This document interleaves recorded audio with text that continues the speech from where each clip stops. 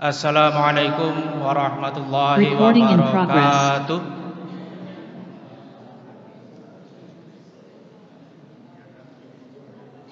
Cek untuk yang online, suara saya sudah terdengar.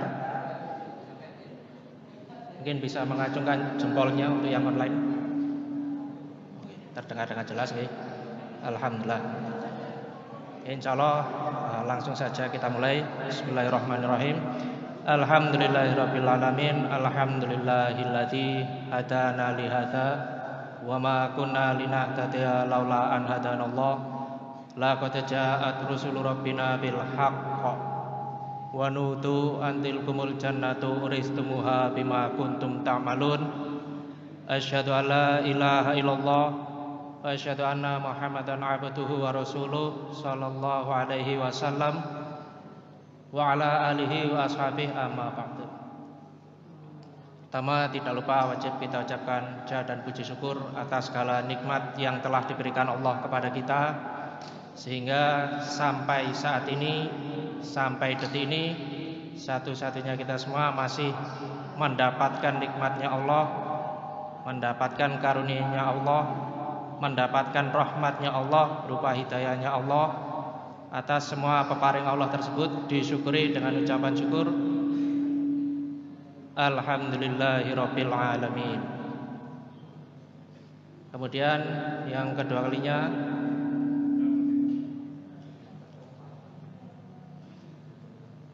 tidak lupa kita ucapkan syukur atas jasa para perantara agama yang telah memerantarai agama yang hak ini, sehingga sampai pada kita semua bisa mendapatkan hidayahnya Allah. Atas semua perjuangan, pengorbanan dari para perantara agama disyukuri dengan ucapan syukur Alhamdulillahi jazahumullahu khairan. Mudah-mudahan Allah memberikan manfaat dan barokah. Yang selanjutnya kepada bapak-bapak, ibu-ibu, mas-mas, mbak-mbak, adik-adik, pak, saudara jamaah sekalian, baik secara daring, secara online ataupun yang datang secara offline, yang menghadiri acara webinar dengan tema Raih Sukses Masa Depan Generus dengan pendidikan sesuai minat, bakat, dan cita-cita, disyukuri dengan ucapan syukur Alhamdulillahi jazakumullahu khairan. Mudah-mudahan Allah memberikan manfaat dan barokah. Ya, sekalipun ini webinar niatnya tetap diniati karena Allah, yarjuna rahmatahu wa yakhafuna adzabah, semata-mata mengharapkan rahmatnya Allah dan takut akan siksanya Allah. Sebelumnya bagi para hadirin, bapak, ibu-ibu yang datang secara offline, mungkin bisa agak maju, monggo silakan, yang depan bisa diisi terlebih dahulu. Atau nama-nama silakan. Dan yang belum mengisi daftar hadir, dimohon amal solihnya untuk mengisi daftar hadir di depan di tempat registrasi. Alhamdulillahi jazakumullahu khairan. Untuk membarokahkan waktu, langsung saja untuk materi pertama. Sebelumnya akan saya bacakan sedikit profil dari beliau pemateri pertama, yaitu Bapak Insinyur Wildi Istimror. Beliau lahir di Gresik pada tanggal 13 April 1968. Nah, ini merupakan lulusan sarjana teknik mesin ITS.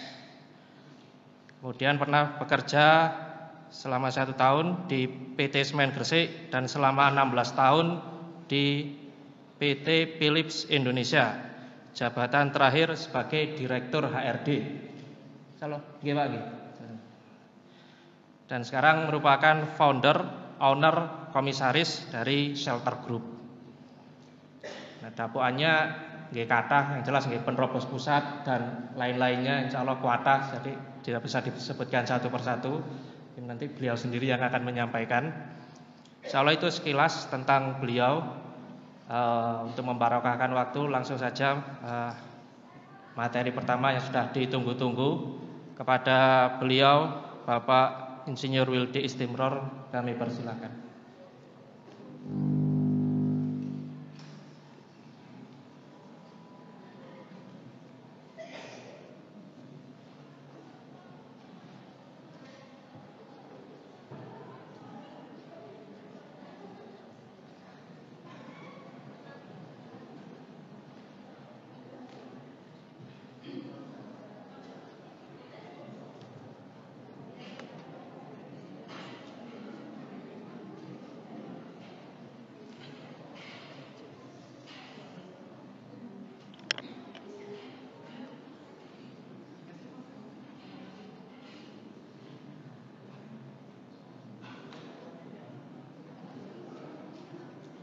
Cukup ya?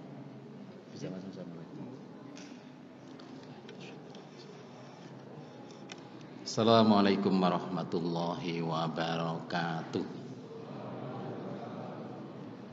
Alhamdulillahirabbil alamin. Alhamdulillahilladzi hadana li hadza wa ma kunna linahtadiya laula an hadanallah. Laqad ja'at rusul rabbina bil haqq wa nutu an tilkumul jannatu urithumuha bima kuntum ta'malun. Asyhadu an la ilaha illallah wa asyhadu anna Muhammadar Rasulullah sallallahu alaihi wasallam wa ala alihi wa ashabihi amma ba'da. Alhamdulillahirabbil alamin. Saya bacakan syukur kepada Allah Subhanahu wa taala atas limpahan nikmatnya yang diberikan kepada kita semua, kepada perantara agama mulai dari Nabi Muhammad sallallahu alaihi wasallam, para khulafaur rasyidin, para tabi'in serta semua pembawa perantara agama. Saya syukur alhamdulillah jazakumullah khairan. Dan kepada semua peserta webinar baik yang ada di studio maupun yang ada di masing-masing lokasi yang mengikuti webinar ini dengan secara online, saya syukuri alhamdulillah jazakumullah khairan. Muga-muga Allah paring barokah. Para peserta webinar yang saya hormati, nama saya Wildi Istimror, sudah dikenalkan tadi. Dulu saya lulusan teknik mesin ITS. Dulu ya saya kerja profesional di PT Semen Gresik, di PT Philips Indonesia. Kemudian tahun 2009 saya memutuskan untuk mengundurkan diri, menggeluti usaha sendiri. Jadi kalau misalkan nanti jenengan melihat kok saya bisa cerita banyak hal mengenai human, mengenai orang, mengenai karakter dan lain-lain, karena memang saya sempat 7 tahun menggeluti dunia human resources, termasuk di posisi terakhir sebagai direktur human resource di PT Philips Indonesia, sehingga mengikuti banyak pelatihan. Dan karena salah satu hobi saya waktu itu baca buku, jadi banyak hal yang di sini entah dari buku, entah dari pelatihan itu saya sampaikan selama seminar ini. Mungkin keterbatasan waktu saya tidak akan menyampaikan semuanya secara detail Rasulullah, tapi seandainya nanti panjenengan ada 1-2 yang ingin bertanya lebih detail, insya Allah saya tidak ada keberatan. Kalau di dalam jamaah seluruh, dakwaan saya sebagai penerus muda-mudi, sebagai ketua Yayasan Pendidikan Budi Utomo Gading Mangu. Jadi di Gading Mangu itu ada 3 sekolah besar, SMP, SMA, SMK. Jumlah siswanya mungkin hampir 6.000. Jumlah guru dan karyawan saya itu 420 orang. Sehingga dulu kalau saya pernah ngurusin sebagai profesional di human resource, maka sekarang saya masuk di dunia pendidikan, kembali masuk ke dunia human resource.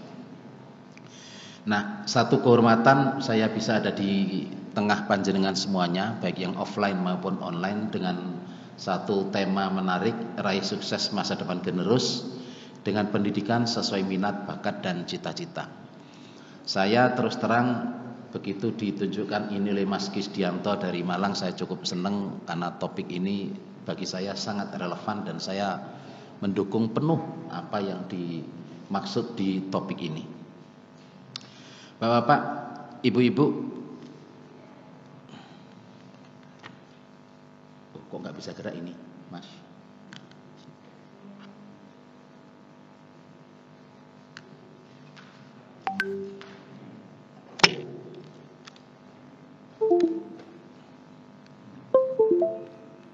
istri.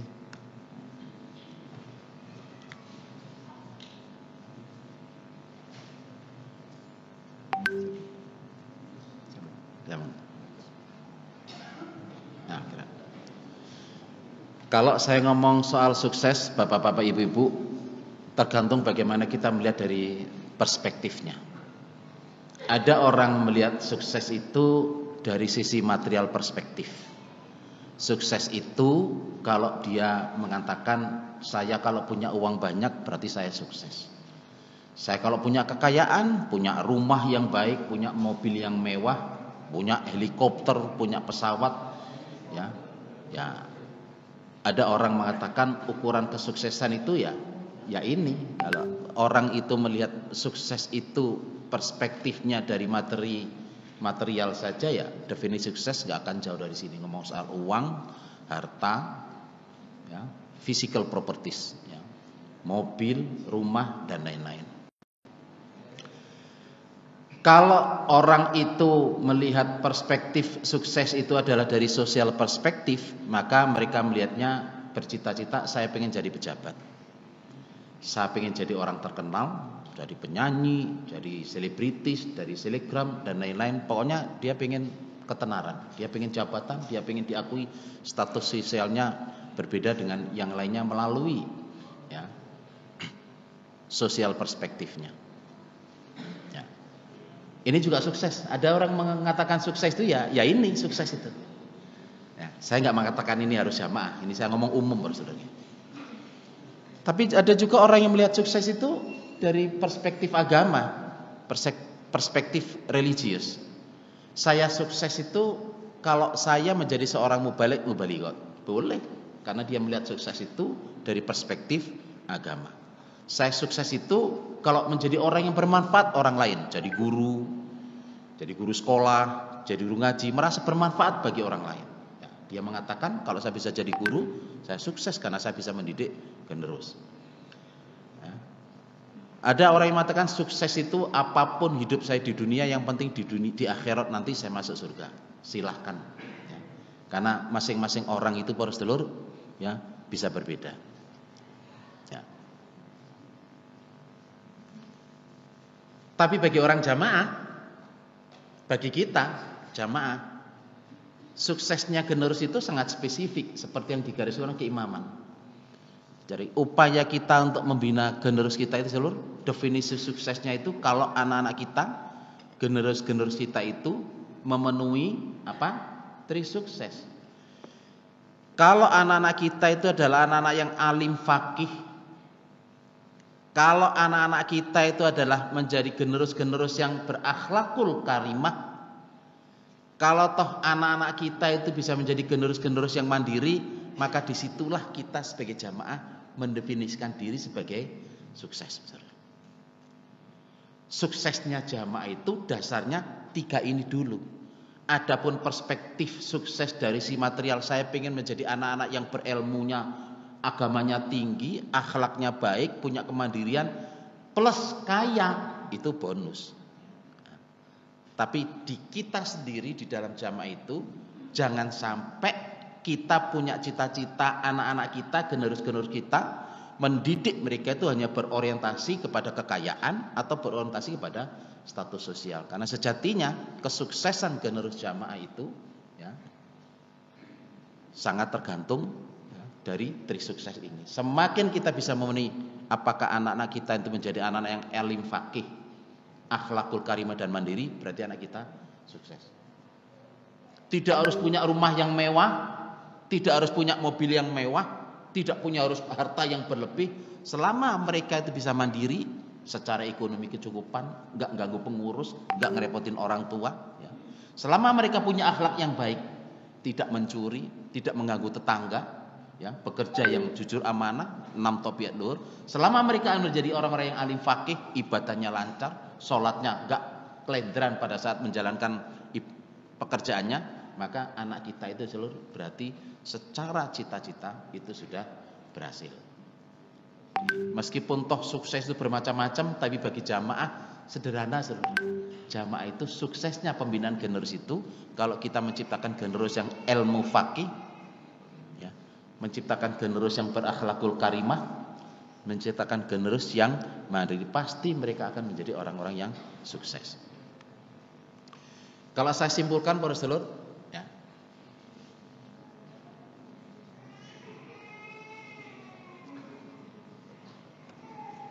kalau saya simpulkan, ya, selama kita itu happy dengan siapa diri kita dan apa yang kita kerjakan, that's it, selesai para sedulur. Selama itu halal, baik, tidak merugikan orang lain, selama itu tidak melanggar aturan agama, tidak melanggar negara, aturan negara, dan tidak melanggar norma yang berlaku di masyarakat. Soalnya ngeten para sedulur. Soalnya begini para sedulur. Saya itu titik tertentu jadi direktur di Philips. Nah, teman seangkatan saya dari teknik mesin ITS yang satu angkatan, semuanya 5 orang waktu itu masuk ke Philips, 5 orang. Ya. Ini kalau saya menceritakan saya bukan berarti saya ujub, bukan berarti pamer mboten, itu sejarah sudah. Jadi saya menceritakan sesuatu yang relevan dengan materi yang saya bahas saja. Ada beberapa teman saya yang seangkatan di teknik mesin ITS itu mereka bisa menjadi manajer, ada yang menjadi asisten manajer. Ada satu orang itu Pak Salur yang mulai masuk sampai saya sudah jadi direktur tetap jadi engineer. Nah, itu saya sudah sampai direktur, suatu anak ini saya panggil, karena memang sama-sama lulus Cak, berkarir itu begini. Nah, masuk. Tapi hal yang mengakibatkan dan sampai sekarang ini menjadi pembelajaran buat saya. Setelah saya minta dia, kamu kalau bekerja itu harus begini, harus bisa begini, supaya karir naik gitu. Jawaban yang saya terima setelah saya ngomong setengah jam lebih, nasihat ceramah setengah jam lebih ke anak ini, meng-coach lah. Kalau istilah profesional ini, saya coba coach dia untuk karirnya bisa tumbuh. Jawaban yang saya terima itu luar biasa. Jawabannya begini, Pak Wildi, manggilnya saya sudah Pak. Jadi kalau saya manggil dia Cak, dia manggil saya ke Pak karena mungkin melihat saya direkturnya. Pak Wildi, mohon maaf, saya berterima kasih sekali menerima coaching dari sampean.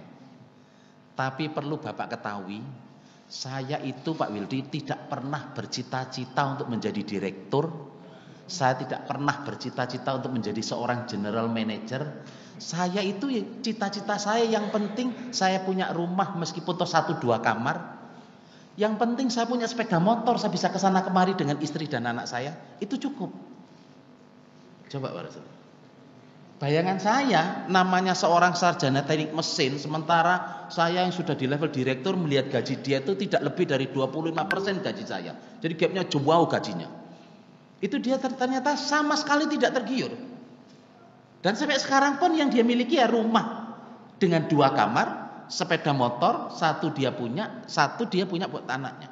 Dan dia merasa happy. Saya telepon tuh, aku happy Cak ngene iki, sudah happy saya hidup seperti ini sudah happy. Oh, ternyata yang namanya cita-cita itu tidak harus ngomong soal harta banyak, tidak harus ngomong soal rumahnya mewah, enggak. This guy, orang ini hanya punya 1 rumah, 2 kamar, 2 anak, 2 motor. Dia bilang, I'm so damn happy. Saya sudah happy dengan hidup saya seperti ini. Beda-beda. Jadi makanya saya katakan, selama kita itu happy dengan apa yang kita lakukan, happy dengan keberadaan kita, that's okay. Selama itu baik, tidak mengganggu orang lain, halal, tidak melanggar aturan Gusti Allah, tidak melanggar aturan Rasulullah, tidak melanggar aturan negara, tidak melanggar aturan Pak RT, should be okay, nggak ada masalah. Artinya para saudara, saya yakin di antara lingkungan kita, entah teman kita, entah saudara kita, bahkan anak kita pun tidak menutup kemungkinan suatu saat juga akan begitu. Saya punya 1 anak para saudara. Saya punya 1 anak. Saya tawarin sekolah di Australia, saya tawarin sekolah macam-macam, saya tawarin sekolah di Singapura, sempat sekolah di Singapura, sempat sekolah di Australia. Begitu balik ke Indonesia, dia bilang, Pak, Saya nggak mau jadi pengusaha seperti papa. Sibuk ngurusin bisnisnya. Saya nggak mau jadi penerobos seperti papa.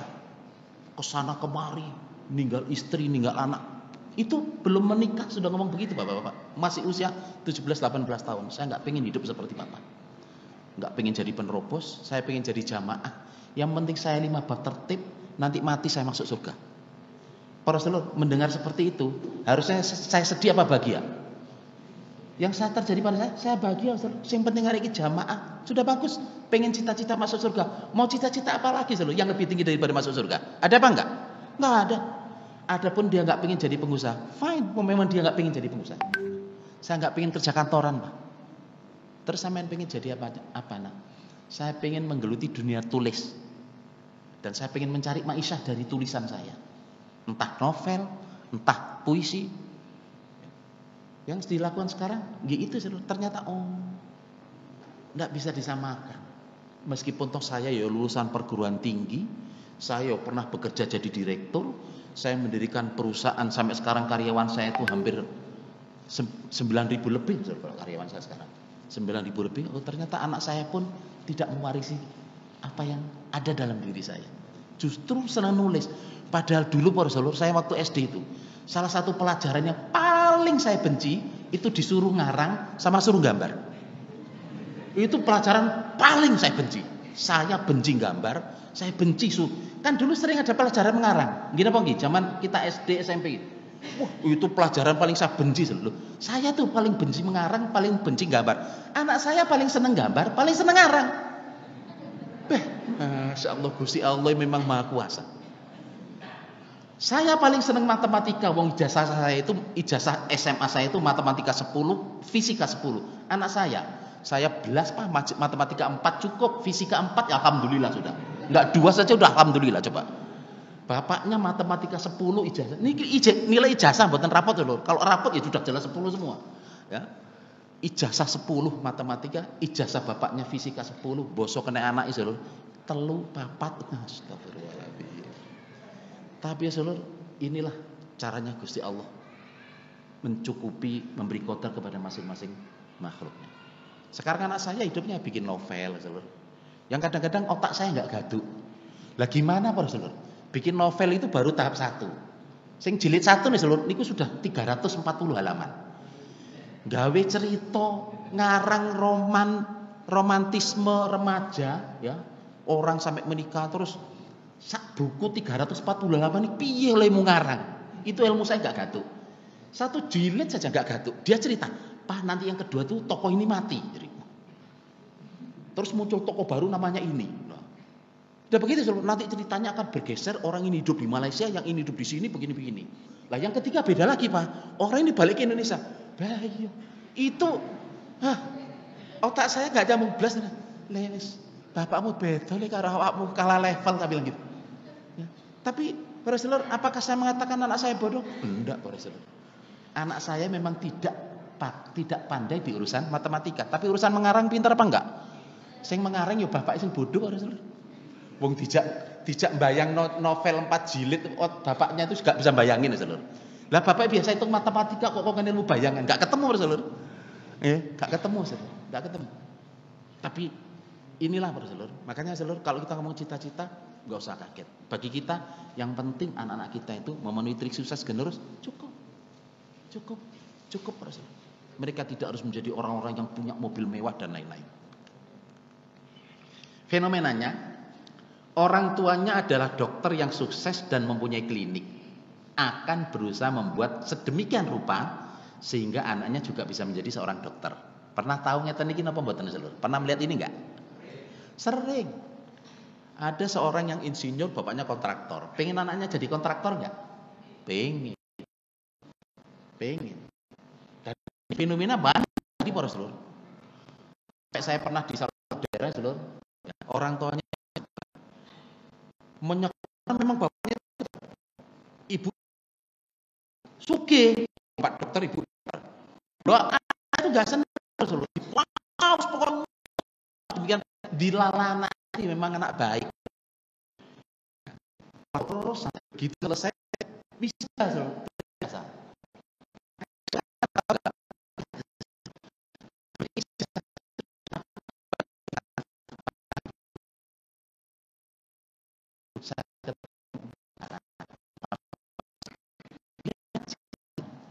Bu, kan Bapak Ibu menyuruh saya sekolah kedokteran.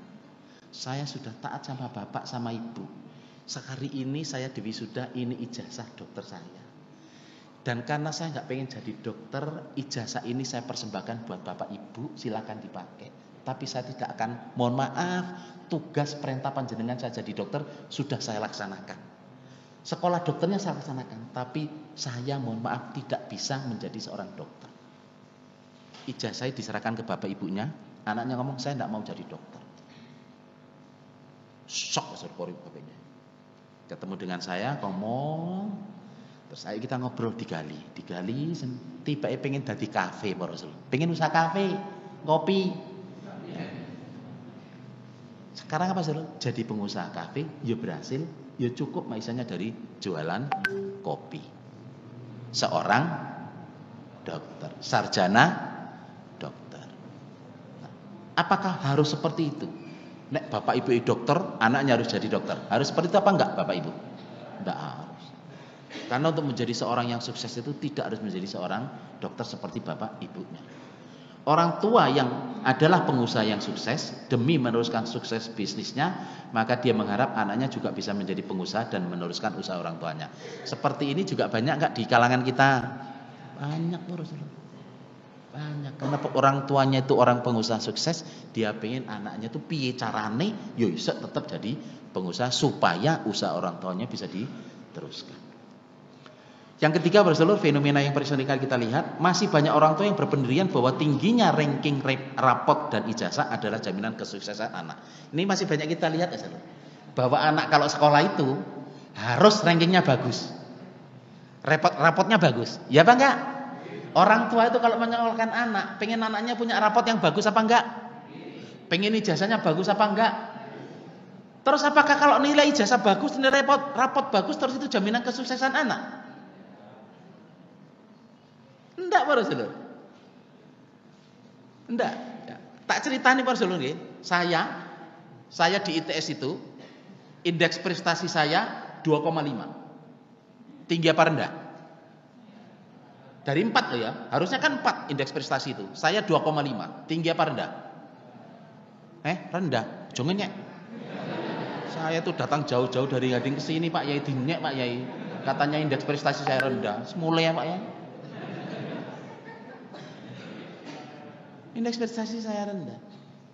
Tapi di antara sekian banyak yang masuk ke perusahaan, yang jadi salah satu yang awal jadi direktur malah saya. Dan saya ingat betul ada 3 orang bermata sipit, ranking 1, 2, 3 di angkatan saya. Indeks prestasinya 4,0. Sempurna, semuanya A, tidak ada yang itu menduduki ranking 1, 2, 3. Bila Allah paling selalu 3-3-nya itu keluar masuk rumah sakit jiwa, Menur. Sama Lawang katanya ada ya. Enten Lawang. Iya. Karena terakhir itu saya tanya, anak ini jadinya mana? Wah, keluar masuk Lawang sana, Wil. Itu ranking 1, 2, 3 itu ada yang keluar masuk Menur di Surabaya, ada yang keluar masuk rumah sakit Lawang. Itu ranking 1, 2, 3 seangkatan saya. Terus sekarang kalau ada orang ngomong, anak saya harus indeks prestasi 4. Kalau indeks prestasinya 4, yes. Setelah itu masuk rumah sakit jiwa. Mau? Bapak-bapak, ibu-ibu, anak-anak kita belum tentu mewarisi bakat dan kemampuan kita. So, this is reality. Kenapa? Kan anak kita itu tidak harus mewarisi gen kita. Kan ada gen nenek, gen dari istri, gen nenek moyang. Itu semuanya bisa turun ke anak kita. Dan kita nggak tahu nenek moyang kita itu yang mana yang oleh Allah akan diturunkan, diwariskan kepada anak kita. Tidak harus kita orang tuanya. Ini kalau secara genetik, jangan tanya dokter yang ahli kromosom, ahli gen begini, akan begitu. Jadi kadang-kadang anak mewarisi, tidak mewarisi dari orang tuanya, mewarisi nenek moyangnya, dari buyutnya. Oh, ini buyutnya biar. Ya, ini buyutnya yang ini biar. Dalam satu keluarga, ada satu keluarga itu anaknya yang lain hitam-hitam. Satu hitam-hitam, nggak ada yang cantik. Perempuan semua anaknya. Bosnya yang satu ini putih, cantik. Orang tuanya yo gak ganteng, yo gak ayu. Bosnya diterus, iki nurun sopo iki? Oh, buyute loh. Begitu dilihat fotonya, oh iya mirip buyute. Loh, kan gak mirip bapaknya, gak mirip ibunya, mirip buyut dari bapaknya malahan. Nah ini kan kita nggak tahu, anak kita tidak harus mewarisi apa yang ada dalam diri kita. Yang berikutnya, fakta berikutnya, mereka yang mendapatkan nilai tertinggi di sekolahnya belum tentu menjadi yang terbaik di dalam pencapaian karirnya. Belum tentu, tidak ada jaminan. Ya. Pengalaman saya, justru mereka yang ranking 1, ranking 2, ranking 3 di kampus itu, biasanya mereka justru menjadi spesialis, menjadi peneliti, menjadi orang yang, kenapa? Karena mereka itu dulu waktu kuliah memang gak bisa bergaul sama orang, ngertinya cuma buku. Padahal kalau pada saat kita bekerja, pada saat kita menjadi pengusaha, pada saat kita berkarir, apakah kita dihadapkan dengan buku? Enggak, kita dihadapkan dengan manusia. Kita tidak dihadapkan dengan buku. Mereka yang nilainya tinggi-tinggi itu, mereka itu lama berhadapan dengan buku, jarang interaksi sama orang lain. Sehingga seorang kutu buku, kadang-kadang mereka tahunya buku, tahunya dengan benda mati, ya di kamar hidup sendiri. Ya, senengannya ngadep laptop. Begitu ngadepi orang lain, nggak berani ngomong, nggak berani argumen, nggak berani berbeda pendapat. Padahal untuk berkarir itu ya harus berani ngomong, harus berani berbeda pendapat, harus bisa menunjukkan ide kita yang cemerlang. Banyak hal, harus bisa berinteraksi dengan orang lain, nggak cukup. Makanya di sini saya terangkan juga mengenai enablers of success. Bapak-bapak, zaman saya dulu, saya ingat betul, ya, kelas 2 SMA, saya kebetulan SMA di Surabaya, menjelang ada penelusuran minat dan bakat, PM, penelusuran minat dan kemampuan yang masuk tidak pakai tes ke universitas. Setelah nilai rapor dikumpulkan, itu diadakan tes IQ, intellectual quotient. Masih ingat dulu IQ? Dulu zaman kita, Pak Yai, dulu zaman kita itu IQ menjadi pertimbangan utama buat Pak Yai. Siti IQ-nya berapa? Orang dengan IQ tinggi, koyok jaminan sukses. Ternyata tidak bisa, Bro. Orang dengan IQ tinggi tidak ada jaminan dia untuk sukses. Kenapa? Orang dengan IQ tinggi itu kadang-kadang dia tidak bisa get along with others, tidak bisa berinteraksi dengan orang lain. Ya tadi kutu buku saja, ngertinya belajar, baca. Begitu ketemu sama orang nggak bisa. Makanya IQ ditinggalkan, konsep IQ. Diganti dengan emotional quotient. Orang yang bisa berinteraksi dengan orang lain. Karena pada saat bekerja di pabrik, bekerja di kantoran, bekerja di rumah sakit, jadi guru, di pondok, yang justru menentukan seseorang itu baik dan tidaknya, sukses dan tidaknya, bukan IQ-nya. Bagaimana dia bisa berinteraksi dengan orang. Apa gunanya IQ tinggi kalau di kantor bertengkar terus sama temannya? Apa gunanya IQ tinggi kalau di tempat kerjanya gegeran terus sama temannya? Bertengkar sama atasannya, bertengkar sama teman kerjanya, bertengkar sama bawahannya. Apa gunanya? Enggak bermanfaat. Dibutuhkan orang dengan yang bisa berinteraksi dengan orang lain. Akhirnya muncul konsep emotional quotient yang nomor 2. Apakah itu cukup? Bisa berinteraksi dengan orang lain dianggap kunci sukses? Ternyata nggak cukup juga. Karena berinteraksi dengan orang lain tapi nyolongan, baru mencuri. Oh, piye iki? Ya. Waktunya sholat nggak kenal sholat, ya. Nggak menjaga perasaan orang lain. Sukses seperti kata tendang kanan, kaki kanan menendang, kaki kiri nendang, tangan kanan mukul, tangan kiri mukul, yang penting kepala nongol, kayak kata. Nggak bisa. Karena berhubungan dengan orang lain, dengan orang nggak cukup, spiritual quotient. Itu ternyata nggak cukup. Yang dibutuhkan akhirnya muncullah emotional and spiritual quotient. Jadi orang dia harus berinteraksi dengan orang lain, pandai berinteraksi, tapi juga punya agama yang baik, menyakut kanan kiri. Ini saya akan panjenengan mengarah bagaimana kita itu mengarahkan generasi kita untuk alim fakih, akhlakul karimah, mandiri. Semua yang diajarkan di sini itu nantinya munculnya akan ada di akhlakul karimah, munculnya ada di 6 tobiat luhur. Karena dari sini mengarah dulu itu cuma IQ, kemampuan otak.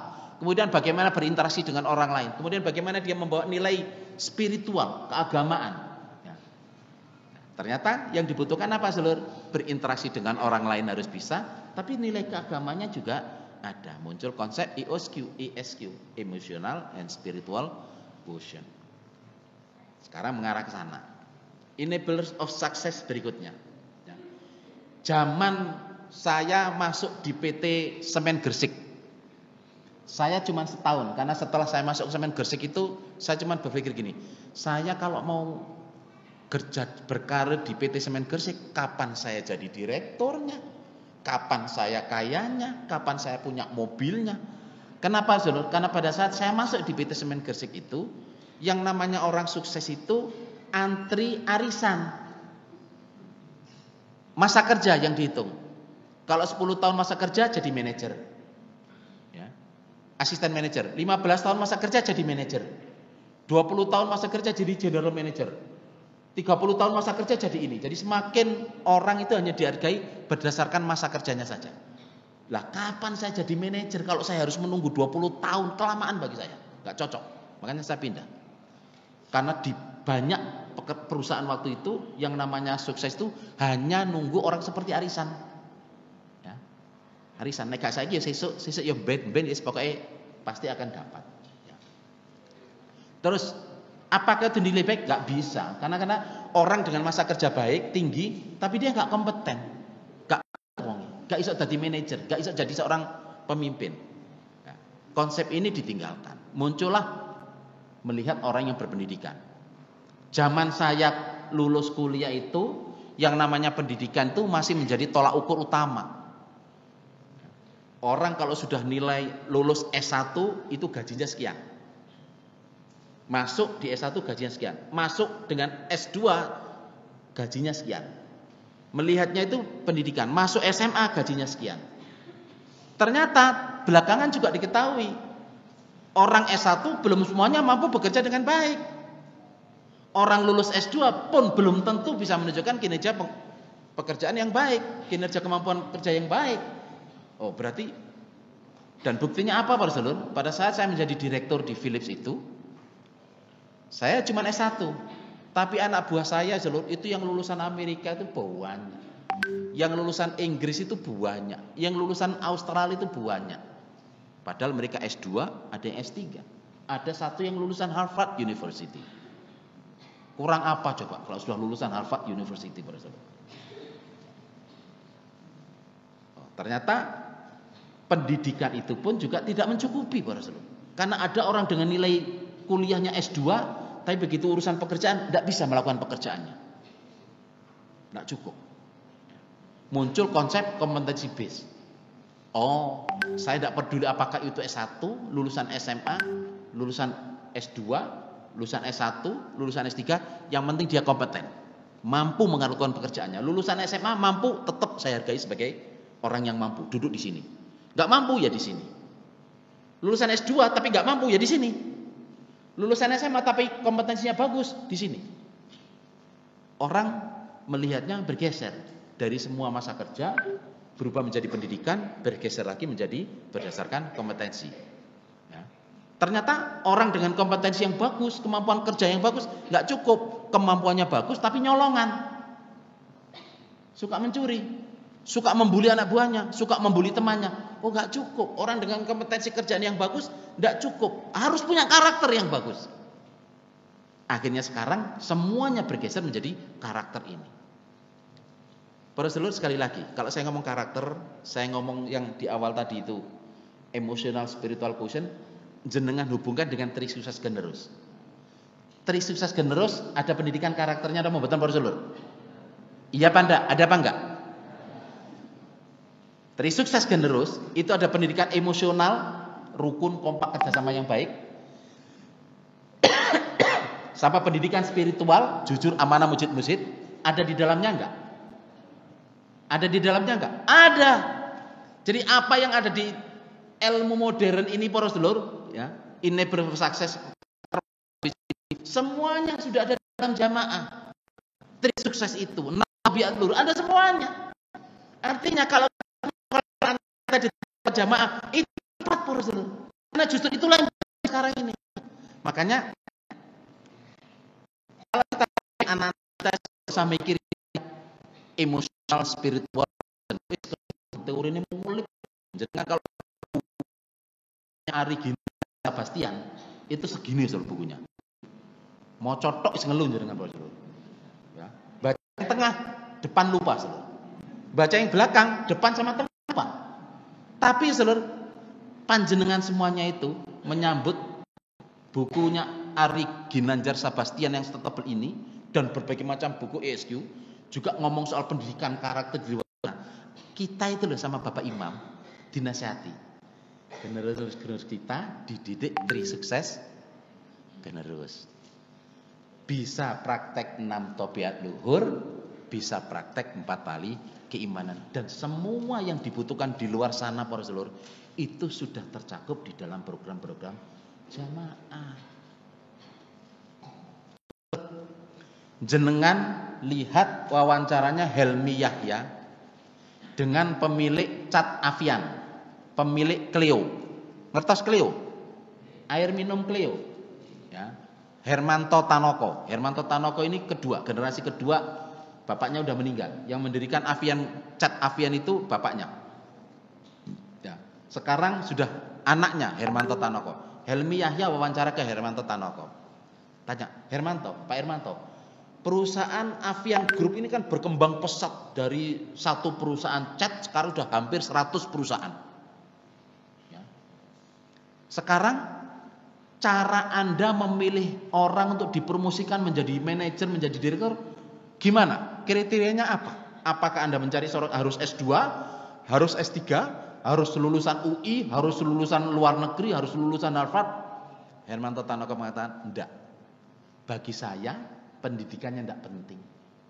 Mau lulusan Indonesia, mau lulusan S1, mau lulusan S2, mau lulusan S3, enggak penting. Karena yang terpenting bagi saya adalah seseorang dengan yang punya integritas yang baik. Integritas itu yang dimaksud Hermanto Tanoko ini apa? Seseorang yang jujur, amanah, mujid-mujid. Ini integritas di bahasa luar sana, Pak Ustaz.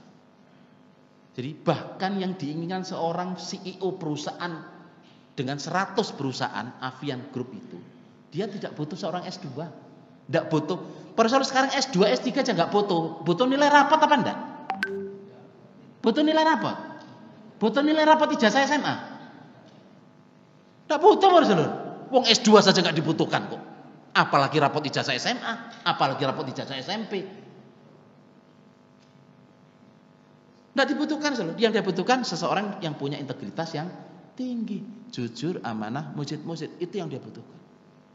Kalau mau ekstrim, Profesor, Elon Musk, pemilik mobil Tesla, pemilik SpaceX, ya, perusahaan Amerika yang bisa membawa panjenengan piknik ke bulan. Piknik nih seluruh niki, mboten penelitian militer mboten.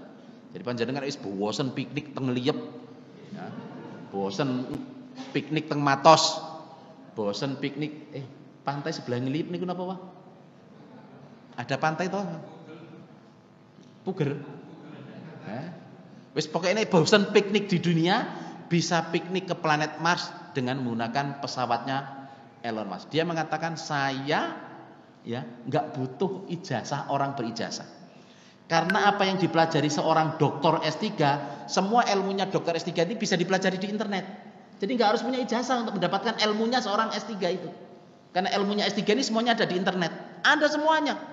Semua buku bisa dicari di internet, semua pengetahuan bisa dicari di internet, semua ilmu bisa dipelajari di internet. Dia bilang, saya butuh seseorang dengan kreativitas dan integritas yang tinggi. Kembali kepada integritas. Ngomongnya karakter. Ngomongnya karakter. Dan karakter yang mereka maksud di luar sana itu, ya karakter yang ada di dalam jamaah ini. Kenapa? Karena rukun, kompak, kerjasama yang baik itu bermakna teamwork. Jujur, amanah, mujid-mujid itu integritas. Dan dua karakter ini adalah karakter yang dimiliki semua perusahaan baik, perusahaan besar. Saya pernah menjadi direktur multinational company Philips, dan saya terbiasa sebulan sekali kumpul dengan multinational company. Semua pada saat kita sharing itu kita berbagi presentasi. Philips presentasi, bulan depannya Unilever, bulan depannya Nestle, bulan depannya apalagi, bulan depannya GlaxoSmithKline, bulan depannya Sampurna, bulan depannya apalagi. Dan pada saat mereka menceritakan karakter perusahaan, hal ini ada. Dan timuk integritas ini ada di jamaah, dan dia melalui apa yang dibutuhkan di sana, ada semuanya di jamaah. Ada semuanya di dalam jamaah. Artinya kalau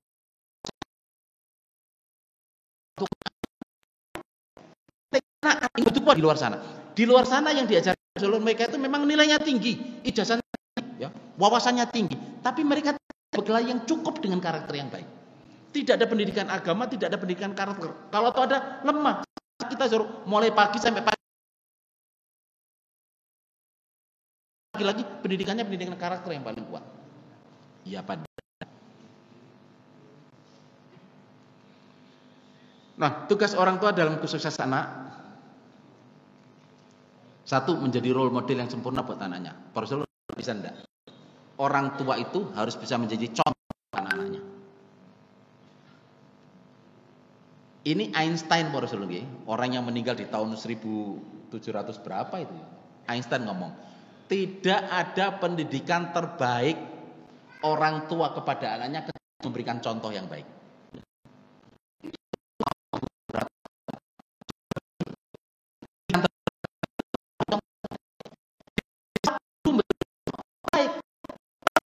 Pondok, staf jajaran pondok yang di rumah, tidak mungkin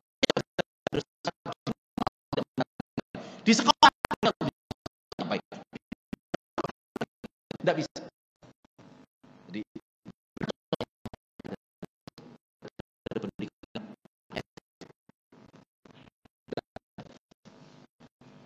mana mungkin kita bisa antara kita memberikan contoh yang baik, bisa apa enggak? Nak, waktunya ngaji ke masjid. Ini sambung. Loh, papa ini ada final nih Piala AFF ini, usia 23 ini. Indonesia lawan Thailand ini.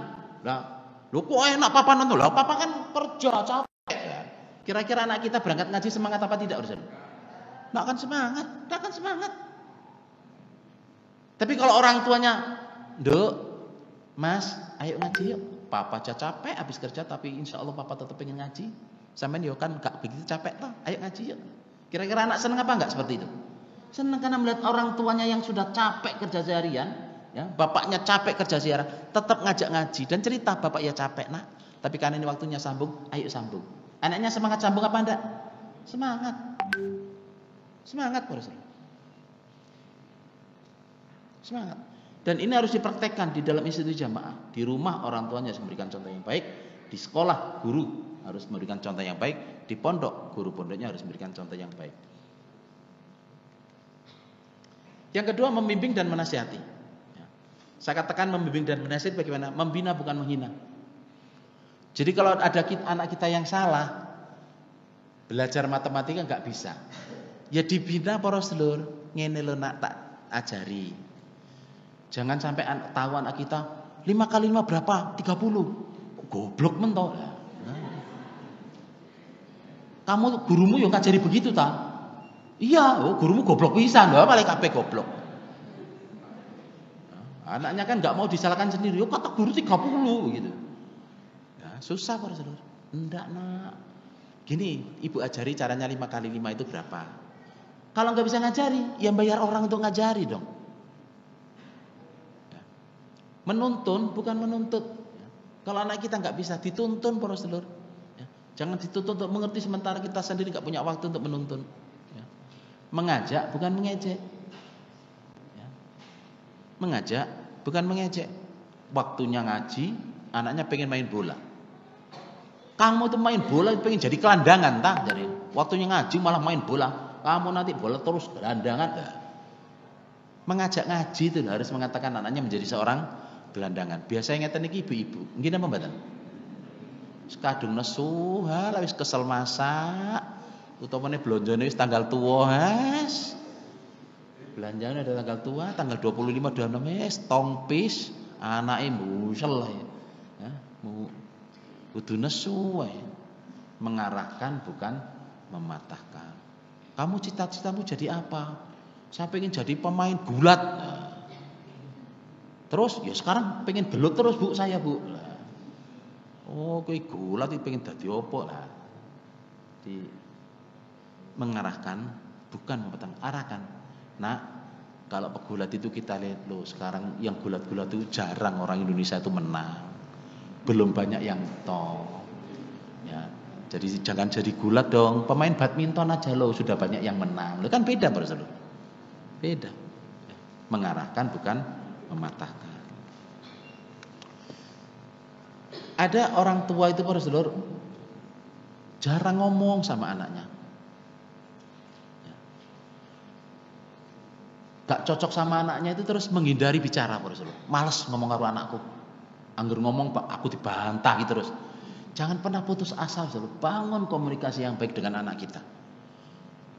Anaknya males ngobrol sama bapaknya karena setiap kali bertobrol bapaknya yang menghina, anaknya yo ngeyel terus, nggak mau diarahkan. Beda pendapat terus, akhirnya anaknya males. Ya.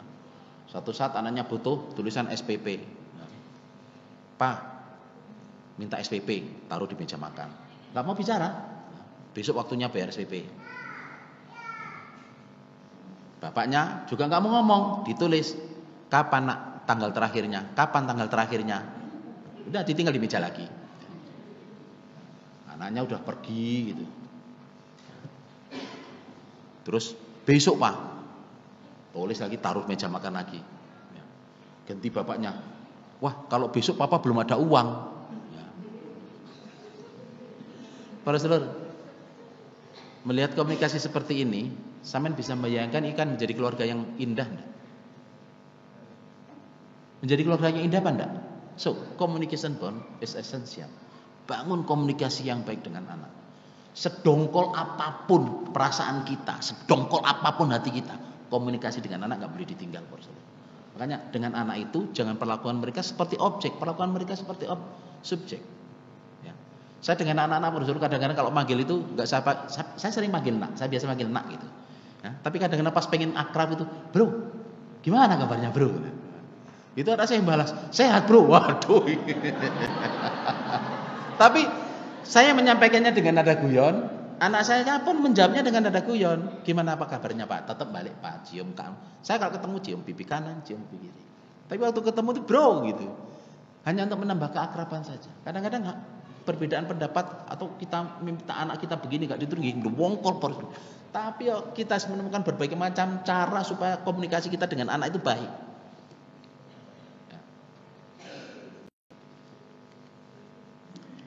Jangan komunikasi anak dengan marah, para saudara. Jangan mendidik anak dengan marah, didiklah dengan nasihat. Soalnya para saudara, saya itu menyaksikan sendiri bagaimana orang hidup dengan amarah. Masya Allah para saudara, sengsara. Anak yang sengsara, saya ngelakoni ya sengsara. Ada masalah dengan anak, penyelesaiannya ya marah. Masalah dengan suami, marah. Penyelesaian dengan siapapun, marah. Menganggap marah itu penyelesaian. Padahal para saudara, marah itu datangnya dari setan. Iya apa enggak? Saya tanya, kalau sesuatu itu berangkatnya itu datang dari setan, membawa kebaikan apa membawa kemudorotan? Membawa manfaat apa mudorot? Mudorot, karena datangnya marah itu sudah dari setan. Berapa banyak orang tua itu kadang mendidik anaknya dengan marah. Loh, Nabi itu kan kalau sudah 10 berapa tahun? 10 tahun, ya. Enggak sholat dipukul. Lah, itu kan mukul, bukan perintah marah. Mukulnya tidak harus marah, soalnya mukul pakai marah, mukul pakai palu baru saudara. Itu mukul kalau amarah. Mukul itu ya mukul mendidik, bukan mukul kalau mukulnya marah pakai palu. Mau nyubit pakai tang. Mau nyeples pakai cetok. Jadi ada enggak orang tua yang kadang-kadang karena diperintahkan mendidik dicampur dengan amarah akhirnya munculnya ya dipukul, ya cubitnya sampai kadang sampai sobek seluruh kulitnya. Ada enggak yang begitu? Ada, para saudara. Ada. Para saudara, marah itu datangnya dari setan. Semua yang berangkat dari setan tidak akan pernah membawa kebaikan. Perintah Nabi untuk memukul anak yang sudah usia 10 tahun itu bukan berarti kita harus melakukannya dengan amarah, dengan mendidik. Jadi pukul seluruh. Tapi tidak harus dengan amarah. Tidak harus dengan amarah. Justru tanpa amarah, dididik, ya dipukul. Dijewer, Mas, enggak usah marah. Kalau marah jewer jebuk tang sampai botol.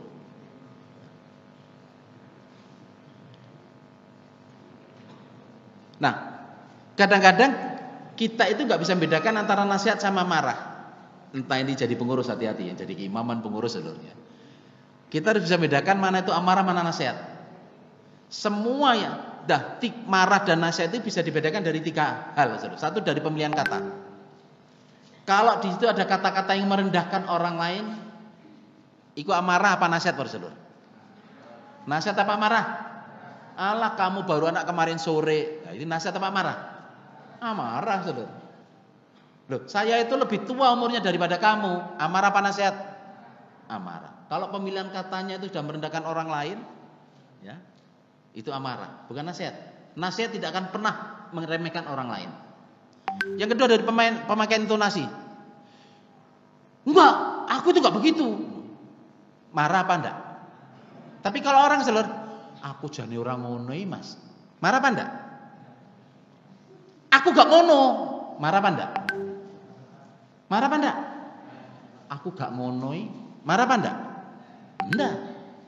Coba 3 aja deh, bedakan. 1, dari pemilihan katanya.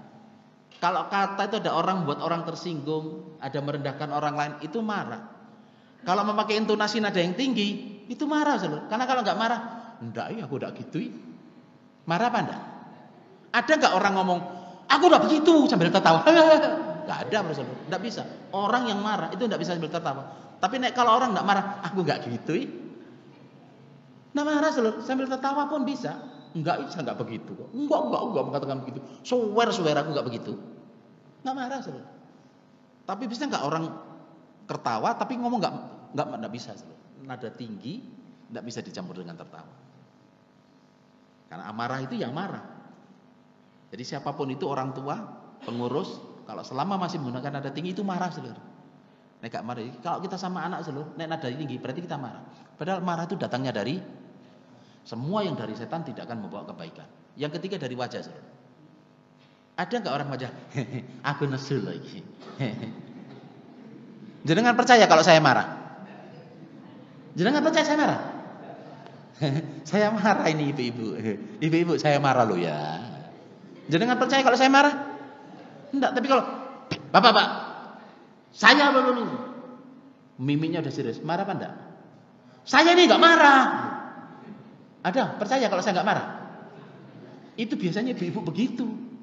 Aku gak nesu Mas, gak nesoni aku iki. Ngene iki pancen aku iki. Ya itu marah jenenge. Sampeyan ngomong apa saja selama kata-katanya masih merendahkan orang lain, selama intonasinya masih tinggi, selama wajahnya masih marah, masih ngomong gak marah, enggak marah. Percaya enggak? Bapak, saya ini gak marah ini. Jadi harus tahu kalau saya itu enggak marah. Percaya? Mimiknya serius. Tapi kalau Pak, saya marah. Enggak bisa, Saudara. Beda-beda. Marah ya marah, enggak marah. Dan itu bisa dilihat dari 3 ini. Dan kadang-kadang kita orang tua enggak bisa membedakan. Nadanya tinggi ngomong gak marah-marah itu. Mimik wajahnya marah ngomong gak marah-marah itu. Senyum-senyum ngomong marah, ya itu edan juga itu. Senyum-senyum ngomong marah. Aku iki nesu lho bisa ning sampean. Aku wis nesu. Ya edan juga kalau seperti ini. Jadi enggak bisa dicampur. Nah, kadang-kadang kita lupa bahwa marah dan tidak itu cukup dibedakan dari 3 hal ini. Sederhana saja, membedakan mana marah, mana tidak. Ya. Nah, ada miskonsepsi amarah, ini saya harus musuhi. Ya. Karena banyak orang mengatakan amarah itu karakter. Amarah itu tidak pernah menjadi karakter seseorang. Karena amarah itu bukan karakter, amarah itu milik. Kita ke suami, suami ke istri bisa marah. Tapi itu bukan karakter, karena bisa milih. Suami ke istri ke suami, ya. Tiap kali ada suami apa marah itu bukan karakter, karena itu pilihan. Kita ke anak pun marah itu pilihan, Saudara, bukan karakter. Jangan merasa kalau kita itu ngomong sama anak marah terus kita, ya memang karakter saya begini, enggak bisa, Saudara. Contoh, ya. Kita di warung. Ada warung ini, terus ada orang lewat depan kita nih. Dilalah tukang becak misalkan ya, atau tukang ojek. Pas bukan lewat depan kita, pas di sebelah kita. Pas orang becak ini nggak tahu berulah pesan ini ngambil kerupuk atau apa, kopinya tumpah ke kita. Langsung marah. Kamu itu hati-hati kalau melakukan ngambil ini, jangan ini, saya mau kerja. Marah. Karena yang menumpahkan kopi adalah seorang tukang becak atau tukang ojek. Coba orang yang sama duduk di situ. Sementara yang menumpahkan kopi ini Jenderal Angkatan Darat.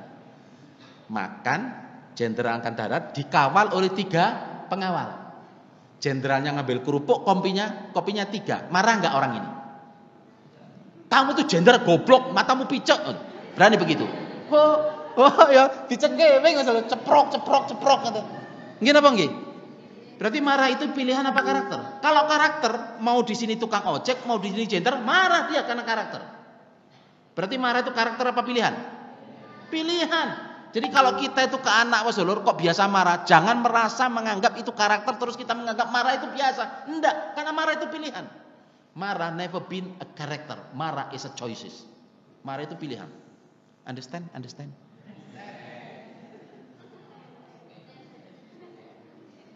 Jadi marah itu tidak pernah menjadi karakter, karena marah itu sebetulnya adalah pilihan. Kita seorang istri ke suami boleh marah, tapi itu pilihan, bisa marah bisa enggak. Suami datang marah. Kan tadi jam 5 udah keluar kantor, kenapa kok jam segini baru datang 2 jam telat? Kamu mampir ke rumah Mbok Nom ya? Gimana suami mau kerasan di rumah baru dulu. Akhirnya besok enggak langsung ke rumah suami. Karena begitu datang, kamu tadi saya loh telepon sekretarismu jam 5 udah pergi dari kantor. Sekarang jam 7:30 baru kamu mampir di kafe ya? Padahal memang jalannya macet loh. Suami seluruh disambut seorang istri begitu, enggak kerasan di rumah seluruh. Bagaimana? Yo kerasan di kafe. Kenapa? Kalau mampir kafe ditanya, "Pak, Bapak mau kopi, minum kopi apa minum susu?" Lah kalau di kafe tanya, "Bapak mau kopi apa mau susu?" Sementara di rumah, "Kamu enak nih seluruh. Enak susu apa marah?" Enak susu baru seluruh. Akhirnya besoknya nggak mau langsung pulang, mampir ke kafe, karena pada saat di kafe ditawari.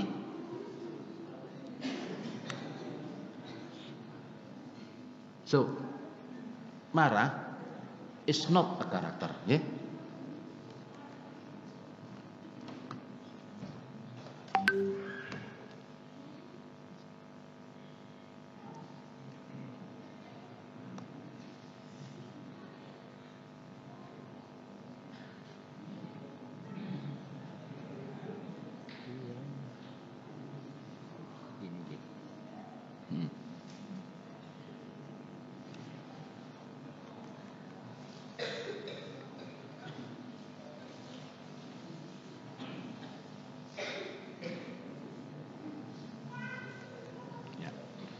Para sedulur, ada teori gelombang otak yang bisa kita manfaatkan untuk sebagai sukses mendidik anak-anak kita. Percaya tidak percaya para sedulur, tapi dari berbagai macam referensi buku yang saya baca itu, ini sudah melalui berbagai macam penelitian. Otak manusia itu mengeluarkan gelombang. Otak kita itu mengeluarkan gelombang, sedulur. Pada saat kita aktif seperti ini, kita sedang bekerja, kita diskusi, kita sedang mengisi, kita sedang mendengarkan sesuatu yang serius, maka otak kita akan berada di gelombang beta. Itu mengeluarkan frekuensi antara 13 sampai 30 Hz. Otak kita seperti kita dan otak kita itu mengeluarkan gelombang. Ciri-cirinya kita aktif, ya. Saya cerita sampai nyambung, ya. Lucu jenengan ketawa. Ada takut, ya. Kadang kita senang, kadang itu berarti menandakan kita di otak kita itu gelombang beta. Hormon muncul kortisol, hormon penyebab penyakit semua. Makanya kalau kita terlalu aktif, ya gampang stres, gampang sakit. Karena hormon yang muncul pada saat gelombang beta itu adalah gelombang apa? Hormon kortisol, hormon yang penyebabkan penyakit. Nah, pada saat kita rileks, kita sedang sendiri, ya. Coba bayangin seluruh kita anak suami istri sudah tidur, anak-anak sudah tidur, terus kita buka laptop ngerjain pekerjaan kantor. Kadang-kadang seluruh yang seharian kita susah mikirnya itu, begitu sudah tenang seluruh, ya, nggak ada suara di luar, otak kita itu ya ikut turun gelombangnya, menjadi lebih rileks, ya. Makanya orang mencari rileks itu kan pada saat mencari suasana yang tenang, tidak banyak kegiatan, otaknya tidak tertarik ke sana kemari, jalur ya.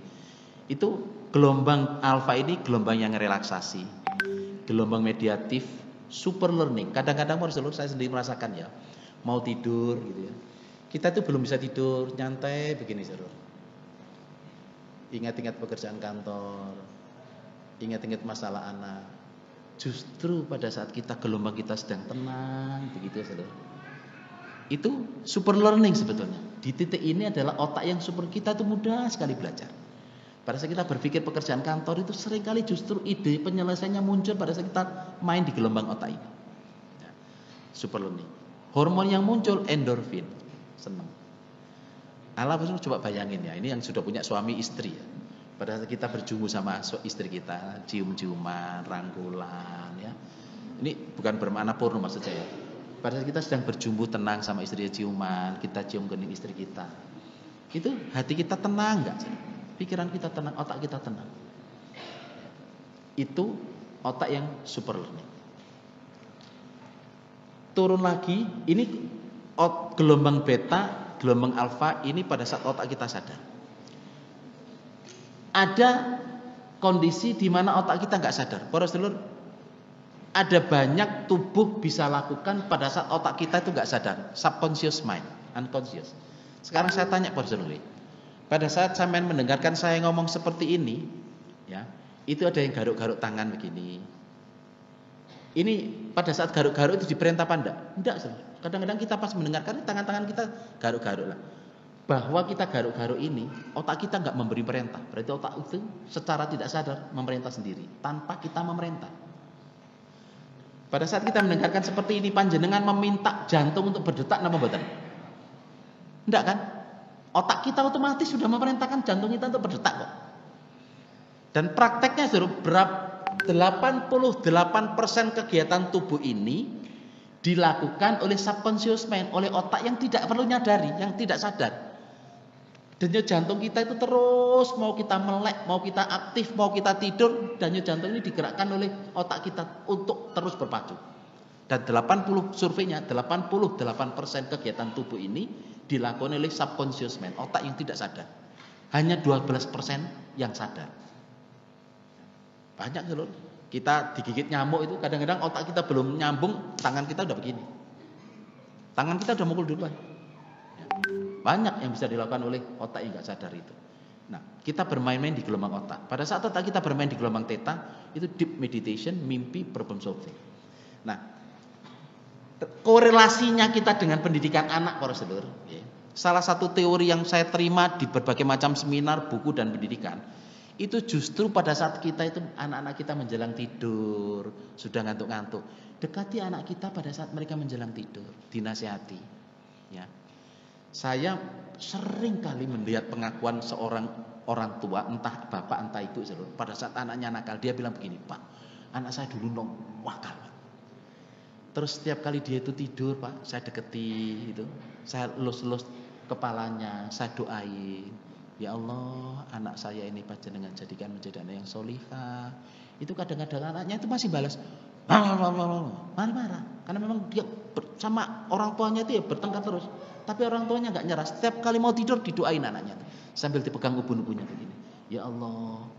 Itu secara tidak langsung adalah kita ngomong itu menyampaikan pesan kepada otak anak kita. Dan di titik di mana anak kita bermain di gelombang alfa dan theta itu adalah tempat paling mudah untuk menerima informasi, memasukkan apa? Doktrin kita kepada anak kita justru di saat-saat seperti itu. Jadi salah satu teorinya seluruh, kalau mau kita mendidik anak, jangan justru pada saat mereka aktif. Pada saat suasananya tenang, dinasihati. Menjelang tidur, didekati, dinasihati. Karena itulah gelombang otak yang paling mudah menerima banyak hal yang bisa diterima oleh otak anak kita. Karena penolakannya nggak akan tinggi. Ya. Pun, ngoten mawon seluruh, kalau pengen belajar lebih detail mengenai gelombang otak ini bisa banyak di bukunya, bisa diskusi dengan saya lebih jauh. Tapi ini menunjukkan kita nggak perlu marah. Satu, marah itu justru akan mudah ditolak oleh anak kita. Yang berikutnya, kalau mau memasukkan